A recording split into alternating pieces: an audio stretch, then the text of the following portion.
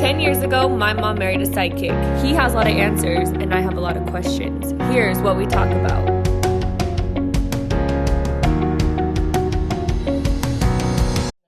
Okay. Hey guys, welcome to our channel. I'm Alex. No, my channel. Hey guys, welcome to my channel. I'm Alex. This is Riz, my stepdad, but he's not a normal stepdad. He's a psychic medium trance channel stepdad. That's right. So I wanted to make this channel because over the years, I've had so many questions about what it means to be that and just questions about life in general. So I thought it'd be really interesting to share that with the world, things that I've learned and seen and questions you guys may have. And then, I don't know. Stuff that we've talked about at this table. Yeah, stuff we've talked about at this table, stuff we've talked about just over the years. Yeah. And I find it quite interesting. I thought that the rest of the world would too. Okay, so what do you want to ask me? Okay, so first I think we should start off by explaining what a psychic, medium, trance channel, and all the different types of psychic things you can be, psychic jobs you can be. Well, okay, so there's three things. So people describe me as a psychic medium trance channel, but those are actually three different qualities or three different abilities. So you have a psychic, then you have a medium, and then you have a trance channel. So people at this point, they kind of know what psychics and mediums are, but you don't really hear a lot of people still don't know what even a psychic or a medium is. Really? Yeah. Okay, so we'll talk about all of that. But a lot of people don't know what a trance channel is. Yeah, no one really knows what that is. So a psychic is your traditional clairvoyant, which means they're able to see stuff. Sometimes they can actually visually see stuff in their mind. But when I say see stuff, it means they tend to know things about you, specific things. So they'll know about maybe who's in your life or who's coming into your life, who's going out of your life. They may know what career path would be really great for you. They may know a particular place that would be better for you to live. Then you have some psychics who are able to kind of feel what's going on in your body. Like right now, people are starting to know about medical mediums, right? Those are people who focus just on the body. So a psychic is a clairvoyant, which means clear seeing. Then clairvoyance, clear seeing. So a medium is a person. So you can do all those things. Health. I can do that. Okay. Health. Yeah, but that's like a whole big topic. So we need another episode for that. Okay, a medium is, at this point, people have seen it on television, right? You have all those different television shows where a medium goes up to someone and says, I hear this name around you, and it ends up being the person's friend or grandmother or someone. A good medium should be able to give you specific information that nobody else knows. So that could be a particular name or a place, something that has something to do with that person who's passed away. So a medium connects with those people who have crossed over. That's a medium. Now, a psychic is not necessarily a medium, and a medium is not necessarily a psychic. Enter the word psychic medium. Person who does both. And what's the third word? Trance channel. Trance channel. So a trance channel is a person who is able to enter into a deep trance. That means it's almost like they go to sleep, but they're not really asleep. They enter into a very quiet place in their mind, in their soul, and they allow a spirit guide to speak. So what is a spirit guide? Everyone has spirit guides. Every culture has some reference to spirit guides. No matter what culture you're from, the original culture of all parts of the world were tribes, and the tribes always had someone who was connecting to the ancestors or connecting to the watchers or the angels or whatever word you want to use. Angels, the universe, ancestors, they're referring to loving, wise beings that are not in the physical plane. We're not talking about ghosts, we're talking about spirit guides. So they are with you. And their job, and it really is their job, is to be with you to help bring you to situations and give you just enough information so that you learn what you're supposed to learn. It's not about... Would you consider spirit guides to be similar to guardian angels or different? I think that they're different. Okay. So when you study psychic stuff, spirit guides are one group and angels are another. So look, this whole world is such a mystery. We're just figuring it out through the gifts that we have, right? We were figuring it out as we go. Right. So from my experience, right, 15 years of doing this work, I was psychic since I was 7 years old. That was my first. Did I ever tell you that? I think kind of. You don't know. You don't know the story. I do. 10 years or more. She's been my stepdaughter. I feel like more. Yeah, it feels like lifetimes. We've known each other plenty of lifetimes, past lives. Okay, so did I ever tell you were my son before? Oh yeah, I'm the son. I told her that she was my son in a past life, and I was the mother. Oh really? I thought you were saying right now I'm your son. No, now you're like the son I never had also, but in a past life, I was the mom and you were the son. I don't think you're talking about. Well, that's like what it is right now. It is kind of like that now. Okay. Yeah.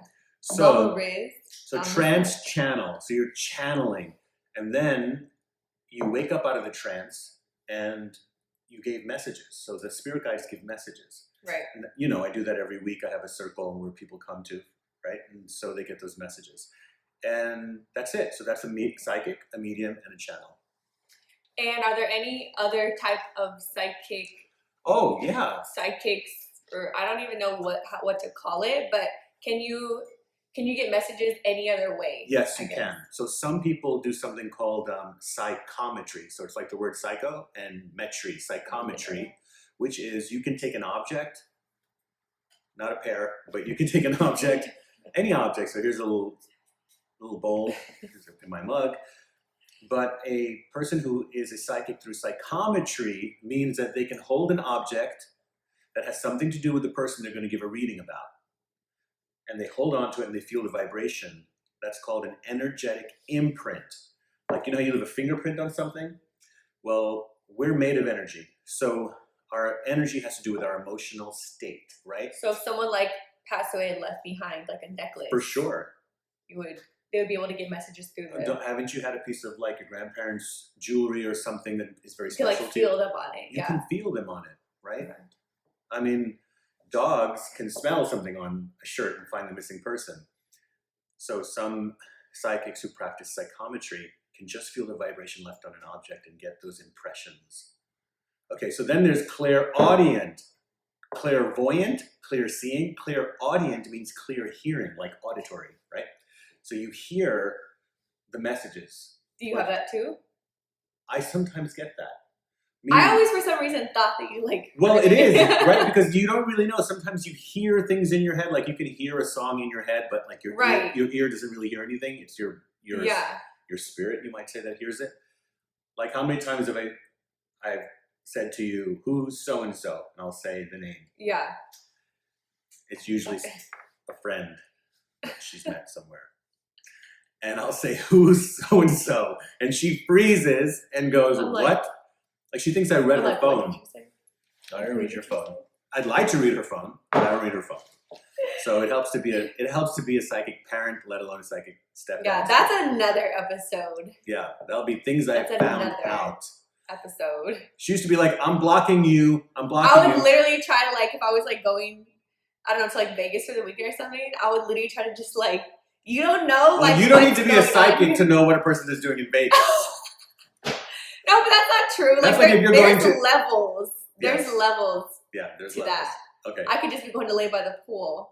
See, right now I'm trying to tune into why is she saying all this? Because probably later tonight she's headed out. That's not nuts. Did you dress like this for the show, or you dress because you're going somewhere? Okay. Well, you should know. I dressed. Look, I wore my cool bracelet. Anyway. If I wear this, it means it's psychic time. I think that's true. Right? I'm not wearing this around the house. Okay, so clairaudient means they can hear things. They can hear a person speaking that's not speaking. So it's you hear a voice you can hear a voice. As if it's standing next to you. Yeah, you can. It only happens to me once in a while. So I wouldn't promote myself as being clairaudient. Then there's another one, which is clairsentient, which means you feel it. So let's say you walk into a room where there used to be a fire, or a fire happened in that room. Now the room is fine, it's all fixed up, but you walk in and you feel hot, like you got burned. So you can literally feel another person's pain. Like you feel like if someone was burned, you would feel Yeah. If someone was burned, like your you'll feel like skin- you got burned. So someone else that has sucks. yeah. I know. That's the worst kind. I don't envy the Clairsentience. psychic to So me. if anyone of them was watching now. Okay, so Clairsentience is that also, but maybe it could be a good feeling. Maybe somebody was, I don't know, petting their cat, and that always feels nice, right? And then the clairsentient person will feel the cat and will go, "You have a big furry cat, right?" Because they could feel like their hand was touching the cat. Then there's one for smelling. There's one for smelling. I can't remember what that's called, clear something. I don't study a lot of these terms because I do them, right? But that's good. That's a little sample of what's out there. Yeah. I think. But you know, people can listen. Here's what I want to teach you and share with people. When you have the gift of being able to read into things, you almost can use any tool. Some people use tarot cards. Or tarot cards, whatever you guys want to call it. Tarot. You say tarot, I say tarot, right? Some people can hold another person's hand, and that's how they get the message. Is palm reading real? You know, Would you say? I have to tell you, I've had palm readings that were ridiculous, and then I had one or two that were very good. So as far as like reading how long you're going to live, obviously we're not going to know till it's time, right? So, but I have had someone look at my palm and tell me how many siblings I had. That was really interesting, and could tell at what year of my life something really big happened. That's interesting. Yeah, that was very fascinating. So I never say, "Hey, that doesn't work," because you never know. Oh, you know what? You should explain how psychic readings work. Okay, serious now. How do they work? How they work, basically, like you can basically change. Like the reading that you give someone doesn't have to be the final outcome. No, it doesn't. Yeah, I think people think if you give them a reading, you're like, this is what's going to happen. And they're afraid, right? Okay. They get afraid, but that's the trajectory, like that. All right, people so don't imagine, know that. Like nobody knows that, I think. I don't think that. Not nobody, but like it's definitely not like a common. Okay, so don't worry about that. That's not how it works. Think about it that you're in a car and you're on a road. Okay, you're driving down the road and you're going down the highway and you're trying to get to a particular destination. Let's say you want to find a lake, right? And you're driving on a highway and there's no lake in sight. But you're driving, you figure maybe I can find it. A good psychic is like a person in a helicopter flying above you. They have a much larger view of the landscape. So they can tell where the desert is, they can tell where the lake is, they can tell where the ocean is, they can tell where the bridge is out, so don't go that way. They're not creating that. What they're able to do is tune into how is this person driving their car. That means how are you living your life? So guess what? At this current moment. At this current moment. Because you can fix your driving, right? You can just like become more alert. There's still somewhat of like having free will. Like you can still. You have complete free will. What? And I want to. Like even though you're this type of driver. You can change how you drive. Yeah. And that's what a good psychic, a good shaman. Oh yeah, we're going to talk about shaman if you want to some other time. But this is what I believe psychic work can be, and at its best, this is what it is, where you help the person understand how they are living. Look, when you go to a psychiatrist, you tell them everything, and then they tell you what you're doing wrong. With a psychic, you just have to sit there and not say anything, and they'll tell you what you've been doing wrong. It's kind of better. So they help you become better drivers. A good psychic helps you be a better driver in life and says, hey, you want to go to that lake? I'm looking. It's over to the right, 10 miles, which means change the way you're living and go this way. Now, the person may go, yeah, but that looks crazy. That looks like a desert over there. But the psychic may see kind of the desert, like a period of your life that it doesn't feel good, but at the end of this road, there's the lake. So you kind of have to trust that. Or like sometimes there's been different times like when he'll read like how many kids I'm going to have or something. So I think years ago, he gave me a reading. I was going to have like 2 kids. Mm-hmm. I don't know. I'm just going to throw out a number like 2 kids. But I asked him again like years later, and the number changed. The number changed. The number changed. So it's possible for the, your future outcome to change based off of how much you change. I don't think that people have a million possibilities for their life. Right. It's not that anything can happen. Look, there's a couple of paths you can take that are about why you're here on the planet. Okay. So yeah. So the readings, how do they work? So, Yeah. okay, so, I do most of my readings on the phone. And I don't need to see the person. I don't need to have them on Skype. I really don't even need to know their name, because I'm not going by their name or their gender, or if they were in front of me, I'm not reading their body language. A good psychic doesn't need to see you or know anything about you. They should just tell you what they feel. So that's what starts to happen. I don't know where I'm going to start. I just tell the person to relax. And it's conversational, because I don't like tension. I don't want to be tense. I don't want that other person to be tense. I go, look, you rule your life, and just let yourself drop all your expectations in this reading, and let's explore. Let's have fun. It's no good to be tense. That doesn't help anything.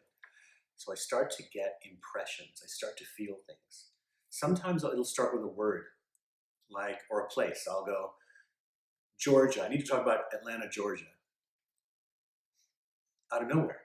And suddenly somebody says, it's interesting you say that. Why? Why? It's interesting based off of conversations that I had today that you would say that. Really? Do you talk to Mom? No. This is funny. So my assistant Erica's over there. I know, I'm looking at her. Something out? I'm looking at her like, did you guys say something to him? He's psychic. None of you guys? We didn't tell him. Okay, I'm so freaked out. Why? You see, this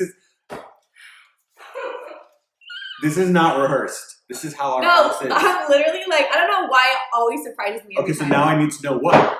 Well, you clearly, What, you're going to Atlanta? No, not like that. Oh, like, there's somebody in Atlanta. No, not even that. What then? No, we've been talking about Atlanta all day today. Why? Like, in a big way. Like, Hotlanta, why? Like, he said Hotlanta. That's what you guys kept calling it, too. Oh my God.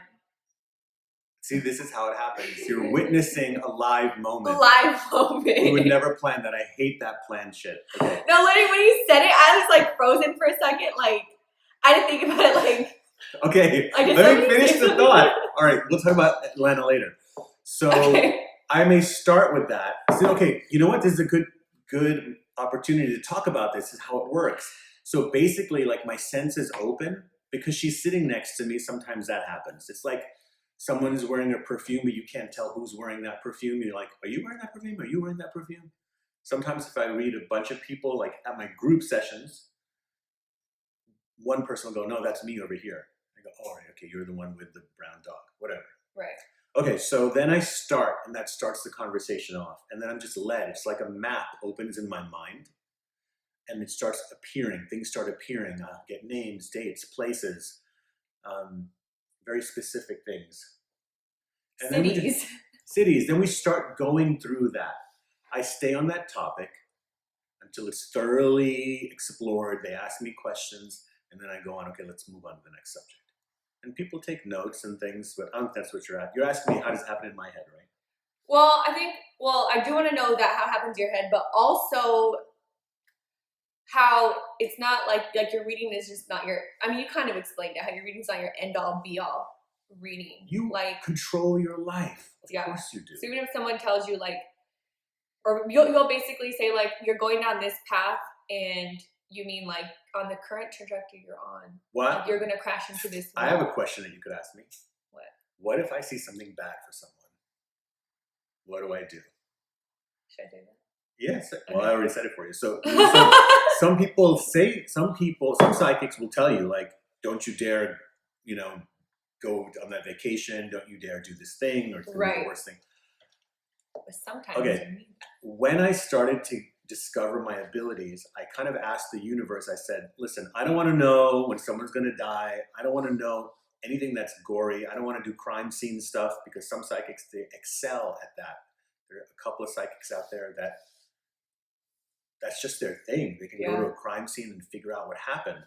I don't want to feel all that. Because you have to feel like that dark Yeah. energy. I'm really into helping people creatively and emotionally get better.